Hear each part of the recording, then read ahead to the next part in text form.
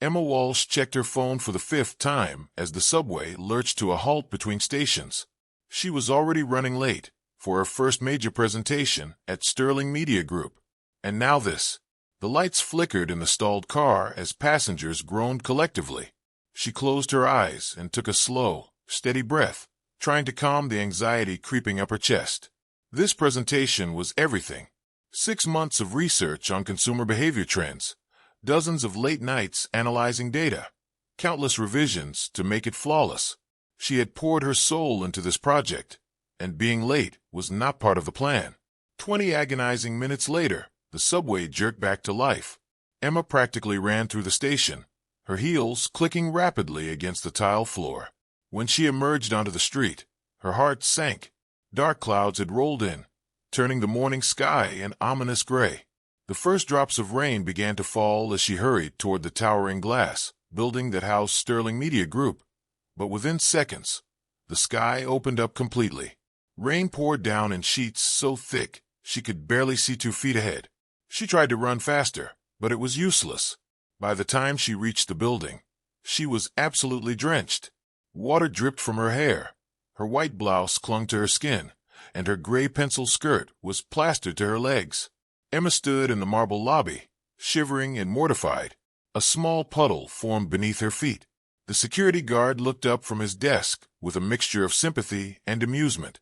She could feel the stares of other employees as they walked past, some trying to be discreet, others openly gaping at her disheveled appearance.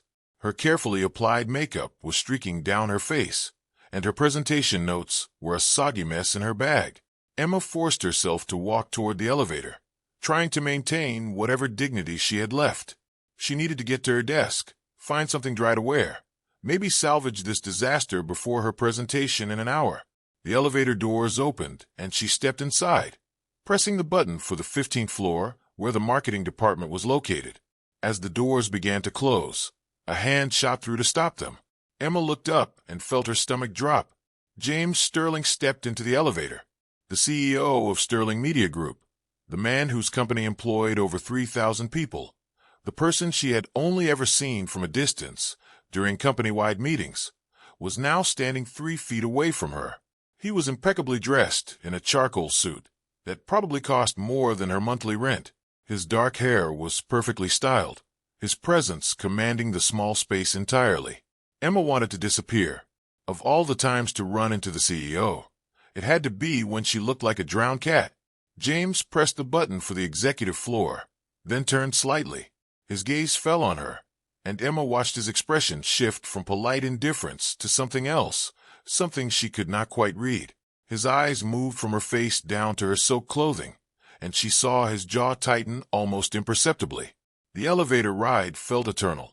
She kept her eyes fixed on the floor numbers lighting up one by one, acutely aware of the water dripping from her hair onto her shoulders, of how her blouse had become nearly transparent in places, of how exposed and vulnerable she felt. The elevator stopped at the 15th floor. Emma stepped out quickly, murmuring a barely audible good morning as she went. She did not look back, but she could feel his eyes on her until the elevator doors slid shut. Her hands were trembling as she walked through the marketing department toward her desk. Rachel Monroe, her closest friend at the office, looked up from her computer and her eyes went wide. "Emma, oh my God, what happened to you?" "Subway delay and then a monsoon." Emma tried to laugh, but it came out shaky. "I have my presentation in less than an hour, and I look like this." Rachel jumped up and grabbed her arm. "Come on, we need to fix this right now." They hurried to the women's restroom. Rachel had a cardigan in her desk drawer that Emma could wear over her blouse, and they used the hand dryer to work on her hair and clothes. It was not perfect, but it was considerably better. Emma reapplied what little makeup she had in her purse and tried to pull herself together. "You can do this," Rachel said firmly, squeezing her shoulder. "Your presentation is brilliant. No one will remember what you looked like when you walked in. They will remember how you absolutely owned that conference room." Emma managed a genuine smile. "Thanks, Rachel. I needed that." She gathered her presentation materials, which had been protected enough by her bag to remain usable, and headed toward conference room B. The room was already filling with people from various departments. Emma set up her laptop and pulled up her presentation, testing the connection to the projector. Everything was working. She could do this. She had rehearsed this presentation so many times, she could practically deliver it in her sleep. The room was nearly full when Patricia Reeves from Human Resources stood at the front. Good morning, everyone. Before we begin, I want to let you know that Mr. Sterling will be joining us for this presentation. Emma's heart stopped. James Sterling was coming to her presentation. This had never happened before for a mid-level project review. Patricia continued speaking, but Emma could barely hear her over the roaring in her ears. She gripped the edge of the table to steady herself. The door opened and James walked in. Immediately the energy in the room shifted. People sat up straighter. Conversations stopped mid-sentence. He moved with quiet confidence to a seat near the back of the room, nodding at a few senior executives, but saying nothing. Emma took a deep breath. She had worked too hard to fall apart now. Patricia introduced her, and Emma stood, walking to the front of the room with as much poise as she could summon. Good morning, she began, her voice steady despite her nerves. Today I am going to share insights from 6 months of comprehensive consumer behavior research that I believe will fundamentally change how we approach our campaigns moving forward. She clicked to the first slide and began to speak. As she did, something shifted inside her. This was her work, her passion, her area of expertise. The nervousness began to dissolve as she walked the room through data trends, consumer psychology principles, and strategic recommendations. She could see people leaning forward, taking notes, nodding along. Even the senior executives who typically looked bored during presentations seemed genuinely engaged. Emma was so absorbed in her material that she almost forgot James was in the room until she made a point about emotional storytelling and advertising and happened to glance in his direction. He was watching her intently, his expression focused and thoughtful. Their eyes met for just a moment before Emma looked away and continued. When she finished, there was a brief pause before the room erupted in questions. Good questions, challenging questions, the kind that demonstrated people had been truly listening and thinking critically about what she had presented. Emma answered each one with confidence, occasionally pulling up additional data to support her points. Finally, Patricia stood again. Thank you, Emma. This was excellent work. Very impressive analysis. Emma began gathering her materials, relief washing over her. She had done it. Despite everything that had gone wrong that morning, she had delivered a strong presentation. People were filing out of the conference room, several stopping to offer compliments or ask follow-up questions. She was packing up her laptop when she heard a voice behind her. Miss Walsh. Emma turned around and found herself face to face with James Sterling. Up close, he was even more striking than she had realized. He was tall, probably 6'2", with sharp features and eyes that were an unusual shade of gray-green. That was an outstanding presentation, he said, his voice deep and measured. The insights on generational marketing trends were particularly compelling. Thank you, Mr. Sterling, Emma managed. I appreciate you taking the time to attend. He studied her for a moment, and Emma had the strange feeling he was seeing past her professional exterior to something deeper. I understand you had quite a morning. Yes, sir. The rain caught me off guard. You handled it with remarkable composure. Not everyone would have been able to deliver that caliber of presentation after such a difficult start to the day. Emma felt warmth creeping up her neck. She was not accustomed to direct praise from executives, especially not from the CEO himself. I had worked too hard on this project to let a little rain ruin it, she said, then immediately worried that sounded too casual. James's expression softened almost imperceptibly. That kind of dedication is exactly what this company needs. I would like to discuss your research further. Would you be available to meet in my office later this week? Emma's mind raced. A meeting with the CEO? Yes, of course. I can make myself available whenever works for you. My assistant will reach out to schedule something. He paused, seeming to consider his next words carefully. And Miss Walsh, please accept my apology for any discomfort you experienced this morning. The situation in the lobby should have been handled more discreetly. Emma blinked in surprise. You have nothing to apologize for, Mr. Sterling. It was just an unfortunate circumstance. Nevertheless, He held her gaze for a moment longer, then nodded. I will see you later this week. As he walked out of the conference room, Emma stood there, processing what had just happened. Rachel appeared at her side almost instantly. Did James Sterling just personally compliment your presentation and apologize to you? What is happening right now? Emma shook her head slowly. I have absolutely no idea. But something told her that her life was about to become very complicated.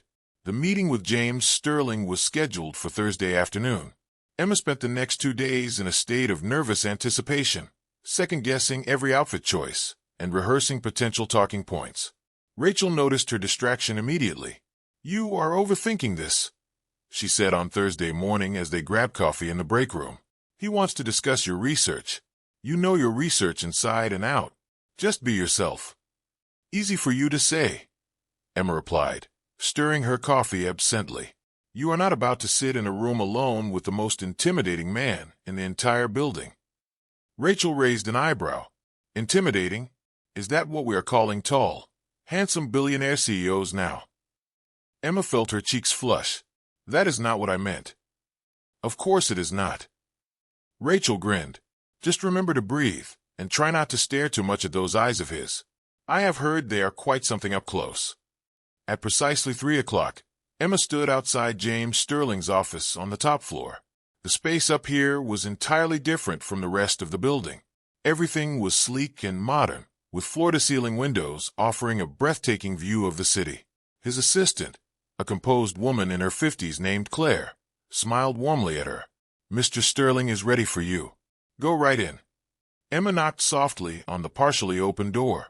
Come in, James called from inside. She stepped into an office that was somehow both impressive and surprisingly personal.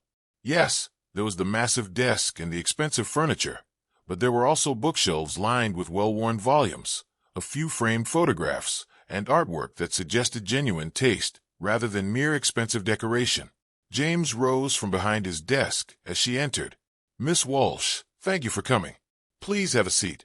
He gestured to a seating area by the windows with comfortable chairs rather than the formal chairs facing his desk. Emma appreciated the gesture. It made the meeting feel less like an interrogation and more like a conversation. Can I get you anything? Coffee, water. I am fine, thank you. James settled into the chair across from her. Emma noticed he seemed slightly less formal than he had been in the conference room. His suit jacket was off. His sleeves were rolled to his forearms, and there was a loosened quality to his tie. I have been thinking about your presentation, he began. Specifically your point about authentic emotional connection in brand storytelling. I would like to hear more about how you see that applying to our current client portfolio. Emma relaxed slightly as they moved into familiar territory. She explained her thinking, pulling up examples on her tablet, and James listened with complete focus. He asked insightful questions that showed he had not only paid close attention to her presentation, but had genuinely thought through its implications. The conversation flowed naturally, and Emma found herself forgetting to be nervous.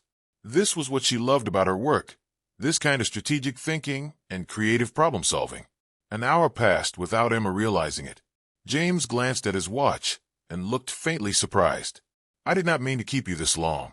I am sure you have other work to return to. Actually, Emma said, then hesitated. This has been really valuable for me, too. It helps to talk through these ideas with someone who understands the bigger picture.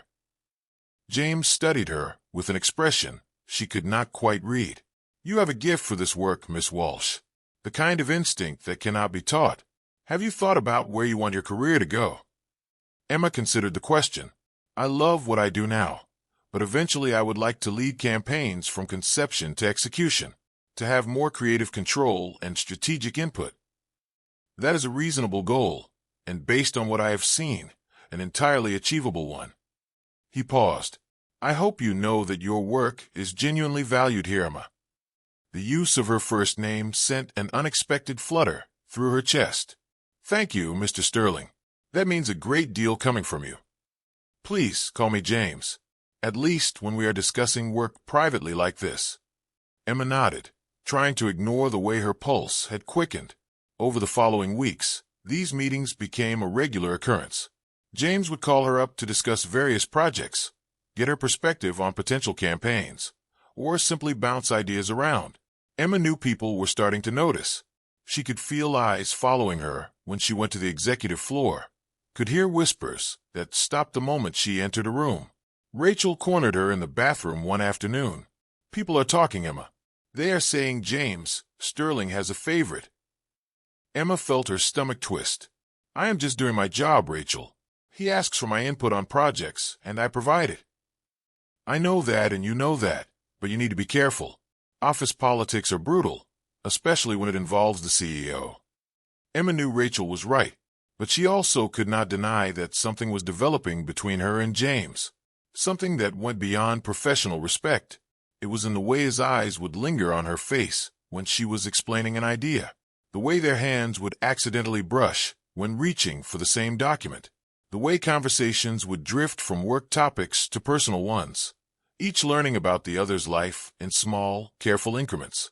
James told her about the pressure of taking over the company from his father, about his love of sailing, but never having time for it anymore, about growing up feeling like he had to be perfect in every room he entered. Emma shared her own stories about parents who had sacrificed everything to put her through college, about her dream of someday running her own agency, about her quiet fear that she was not good enough despite all the evidence suggesting otherwise. These conversations left her feeling exposed, but also deeply seen in a way she had never experienced before. The turning point came on a Friday evening. Emma was working late, finishing up a proposal due Monday morning. Most of the office had cleared out hours ago. She was so focused on her screen that she did not hear anyone approach until a voice spoke behind her, burning the midnight oil. Emma startled and turned to find James standing there, his tie completely gone and his shirt collar unbuttoned. "I did not mean to startle you. What are you still doing here?" "I could ask you the same thing," Emma said, her heart still racing from a surprise. James smiled, a real smile that transformed his usually serious face. "Fair point. I was finishing some work in my office and saw your light on. What are you working on?" Emma explained the proposal, and James pulled up a chair beside her to look at her screen. They worked together for the next hour, James offering suggestions that elevated her already strong work considerably. At some point, Emma became acutely aware of how close they were sitting, how she could catch the subtle scent of his cologne, how his arm would occasionally brush against hers as he pointed at something on the screen. When they finally finished, Emma sat back with a satisfied sigh. "That is so much better now. Thank you for your help." James turned to look at her, and suddenly the air between them felt charged. "Emma," he said quietly, "I need to tell you something." Her breath caught. "What is it?" "This." He gestured between them. "These meetings, these conversations, they have become the best part of my day. And I know that is completely inappropriate given our positions, but I cannot keep pretending that I see you only as an employee." Emma's heart was pounding so hard, she was certain he could hear it. "I do not see you as just my boss either," she admitted. "I think about you constantly. I look forward to our meetings in a way that has nothing to do with work. I told myself it was just professional admiration, but I know it is more than that." James reached out slowly, giving her every opportunity to pull away, and tucked a strand of hair behind her ear. His fingers lingered against her cheek. "This is a terrible idea," he murmured. "The worst," Emma agreed, but she did not move away. "We could lose everything." "We could," he said, his eyes searching hers. "Or we could have something extraordinary." "What do you want, James?" "You." The word was simple, but the weight of it was enormous. "I want you, Emma. I want to take you to dinner and hear about your day. I want to make you laugh. I want to know everything about you. I want things I have no right to want." "I want those things too," Emma whispered. James leaned in slowly, his eyes never leaving hers, giving her every opportunity to change her mind. But Emma did not want to change her mind. When his lips finally touched hers, it felt like everything clicked into place. The kiss was gentle at first, tentative, but it quickly deepened as weeks of suppressed feeling finally found release. Emma's hands found their way into his hair as his arms wrapped around her waist, drawing her closer. When they finally broke apart, both were breathing unsteadily. James rested his forehead against hers. "We need to be careful," he said. "I know the complications this creates for you. I do not want your career to suffer because of me." "Then we keep it private for now," Emma said. "We figure out how to do this without it affecting my work or my reputation. Can you handle that? The secrecy." "Yes." James kissed her again, softer this time. "But Emma, I want you to know this is not casual for me. I have not felt this way about anyone in longer than I can remember." "I feel the same way," she admitted. "So we try this." Carefully, he nodded. But even as they said it, both knew that what was between them was anything but careful. It was intense and consuming and potentially explosive. Over the next month, Emma and James navigated their secret relationship with as much discretion as they could manage. They were scrupulously professional in the office, never giving any indication they were more than colleagues. But outside of work, they stole whatever time together they could. James would pick her up blocks away from her apartment, and they would drive to restaurants in different neighborhoods where they were unlikely to be recognized. They spent long evenings at his penthouse, cooking dinner together and talking for hours. Emma discovered that James was thoughtful and surprisingly funny, that he loved old films and could quote entire scenes from memory, that he had genuinely wanted to be an architect before family obligation had pulled him toward the family business. James found that Emma was far more than talented and driven. She was kind and fiercely loyal, with a sharp sense of humor that caught him off guard every time. She challenged his assumptions and made him see things from angles he had never considered. With her, he could let down the walls he maintained constantly in his professional life. But sustaining the secret was exhausting. Emma hated deceiving Rachel, hated the careful distance she had to keep from James at the office, when all she wanted was to simply be near him. And the rumors were growing louder. One afternoon, Patricia Reeves called Emma into her office. "Emma, I need to talk to you about something sensitive." Emma's stomach dropped, but she kept her expression neutral. "Of course. There have been some concerns raised about your relationship with Mr. Sterling. Several employees have noticed that you have an unusual amount of access to the CEO. There are questions about whether you are receiving preferential treatment." "My work speaks for itself," Emma said, keeping her voice steady. "Every project I have delivered has exceeded expectations." "I am not questioning your abilities," Patricia said gently. "But you must understand how this looks. A young woman suddenly receiving regular one-on-one meetings with the CEO. People talk. Then let them talk. I have done nothing wrong. I know office politics can be difficult. I would simply hate to see your promising career damaged by perception rather than reality. Just be mindful of how things appear." Emma left the meeting shaking with a mixture of anger and fear. That evening, she told James everything. His expression darkened as she spoke. "This is my fault. I put you in this position." "No," Emma said firmly. "We both made this choice. But James, maybe Patricia is right. Maybe we need to be even more careful. Or maybe we need to end this before it destroys my career." "End this." James looked at her with such intensity it stole the breath from her lungs. "Emma, I am falling in love with you. I know the timing is terrible and the circumstances are complicated, but what I feel for you is real." Tears filled Emma's eyes. "I am falling in love with you too. That is why this is so hard." "Then we stop hiding," James said suddenly. "We go public. We do it properly, and we face whatever consequences come." Emma stared at him. "James, that is reckless. Your company has policies. My reputation could be ruined." "Or," he said, taking her hands, "we show everyone that this is real, that you earned everything you have achieved. We face this together rather than letting fear make our choices." Emma wanted to believe it could be that uncomplicated, but she knew the reality of the world she worked in. The corporate landscape did not reward women who became involved with their bosses, no matter how talented they were. Every achievement she had would be questioned, every promotion scrutinized. "I need time to think about this," she said finally. "Take all the time you need," James replied. "But Emma, whatever you decide, know that I am committed to this, to us, to you." As Emma drove home that night, her mind moved in every direction. She had worked so hard to build her career, to prove her worth. Was she really willing to risk everything for love? The answer came in an unexpected way. The following week, Sterling Media Group was invited to pitch for the Westfield account, a massive retail chain seeking a complete rebrand. It was the kind of account that could define a company for years. James assembled a team to work on the pitch, and Emma was included. But this time the whispers were louder than ever.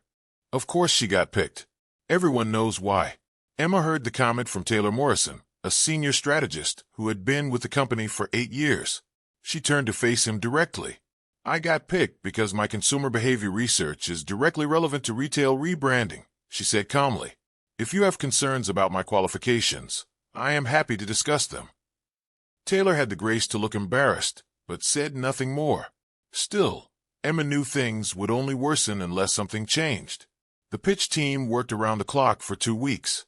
Emma threw herself into the work, determined to prove beyond any doubt that she deserved to be there. She developed an innovative approach that wove data analytics together with emotional storytelling, creating a campaign concept that was both strategically precise and deeply compelling. The evening before the presentation, the team gathered to rehearse. Emma presented her portion and watched as even the skeptics in the room nodded in appreciation. "That is strong work," Taylor admitted grudgingly. "Really strong." "Thank you," Emma said simply. After the rehearsal, James asked Emma to stay behind. "Tomorrow is enormous for the company," he said. "But regardless of what happens with Westfield, I want you to know that I am proud of what you have accomplished here." Emma felt a surge of emotion. "James, I have been thinking about what you said. About going public." She paused. "I am terrified. Terrified of what people will say, of how it might alter everything I have built. But I am more terrified of losing you, of letting fear make my decisions for me." James crossed the room and pulled her into his arms. "You will not lose me. No matter what happens, we face it together." The next morning, the team arrived at Westfield headquarters. The presentation room was imposing, filled with executives who would determine the fate of the pitch. Emma sat with her colleagues as the CEO of Westfield, Margaret Chin, entered with her leadership team. James opened the presentation with an overview of Sterling Media Group's approach. Other team members presented their respective components. Finally, it was Emma's turn. She stood and walked to the front of the room with all the confidence she could project. "What I am about to share represents 6 months of research into consumer behavior across demographic segments," she began. "But more than that, it represents a fundamental shift in how we think about retail branding in the modern marketplace." For the next 20 minutes, Emma presented her vision. She walked them through data, consumer insights, and creative concepts that brought the strategy to vivid life. She could see Margaret Chin leaning forward, engaged and absorbed. When Emma finished, there was a moment of silence before Margaret spoke. "That was exceptional. Truly exceptional. The way you have brought analytics and emotional resonance together is precisely what we have been searching for." She looked around the table briefly, then back at Emma. "I would like to know who led the development of this strategy." Emma paused for just a heartbeat. "I developed the core strategic framework and consumer research, though the entire team contributed to refining the approach." Margaret nodded thoughtfully. "James, your team is impressive. Miss Walsh in particular." She smiled. "We will have a decision by end of week." As the group packed up to leave, Emma felt genuinely energized. Whatever happened with the account, she knew she had delivered her best work. That evening, James took Emma to a quiet restaurant. They sat in a corner booth, finally able to breathe after weeks of relentless preparation. "You were brilliant today," James said, reaching across the table to take her hand. Margaret Chin was completely captivated. "I just hope it is enough to win the account." Emma looked at him. "James, about going public with our relationship, I am sure. But I want to do it correctly. I want to speak with HR first and make sure we follow all proper protocols. I want there to be absolutely no question that everything is above board." James smiled warmly. "That is very practical of you. I learned from the best." They spent the rest of the evening planning how they would handle the announcement, what steps they needed to take, and how they would address potential concerns. It felt genuinely good to stop hiding, to move forward openly for the first time. On Friday afternoon, Emma and James met with Patricia Reeves together. "Patricia, we need to discuss something important," James began. "Emma and I are in a relationship. We wanted to inform you officially and ensure that we are fully compliant with all company policies." Patricia looked surprised, but not entirely shocked. "How long has this been going on?" "About 2 months," Emma said. "We have been extremely careful to maintain professional boundaries at work. My involvement in projects has been based entirely on merit and the relevance of my expertise." "I appreciate you coming forward," Patricia said carefully. "This does create certain complexities, particularly around reporting structure and potential conflicts of interest." "We are prepared to address those," James said. "Emma can report to a different supervisor. We can establish clear protocols around project assignments, whatever is necessary to maintain propriety." Patricia made notes as they talked through various scenarios. "I will need to discuss this with the board," she said at last. "But I do appreciate your transparency. This is far preferable to a concealed relationship." Over the weekend, Emma felt like she was holding her breath. But on Monday morning, something unexpected happened. Sterling Media Group won the Westfield account. Margaret Chen called James personally to deliver the news, and specifically cited Emma's presentation as the deciding factor. Word traveled through the office within the hour. Rachel rushed to Emma's desk. "You did it. You landed the Westfield account." Emma smiled, feeling genuine pride fill her chest. "We did it. It was a team effort." "Do not be modest," Rachel said. "Everyone is talking about how Margaret Chen personally praised your strategy." By lunchtime, even Emma's harshest critics were offering congratulations. Taylor Morrison stopped by her desk. "That was an impressive win, Emma. You earned this one." "Thank you, Taylor. That genuinely means a lot." That afternoon, James sent a company-wide email announcing that he and Emma were in a relationship and that appropriate measures were being implemented to ensure no conflicts of interest in the workplace.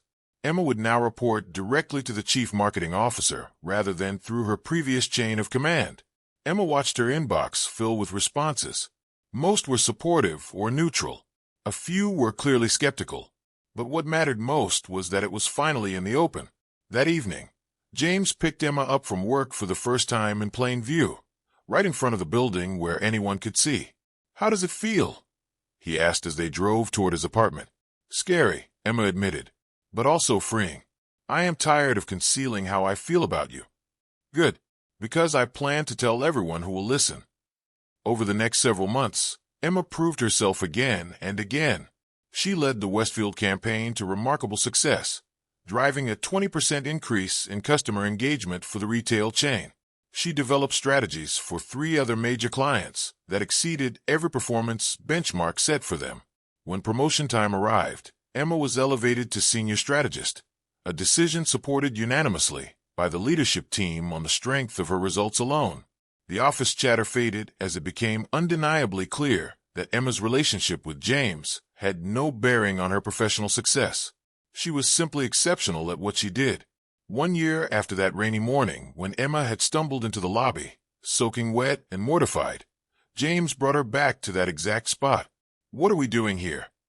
Emma asked, puzzled. James smiled. "I wanted to come back to where it all began. This is where I first saw you. Really saw you. You were vulnerable and flustered and absolutely beautiful.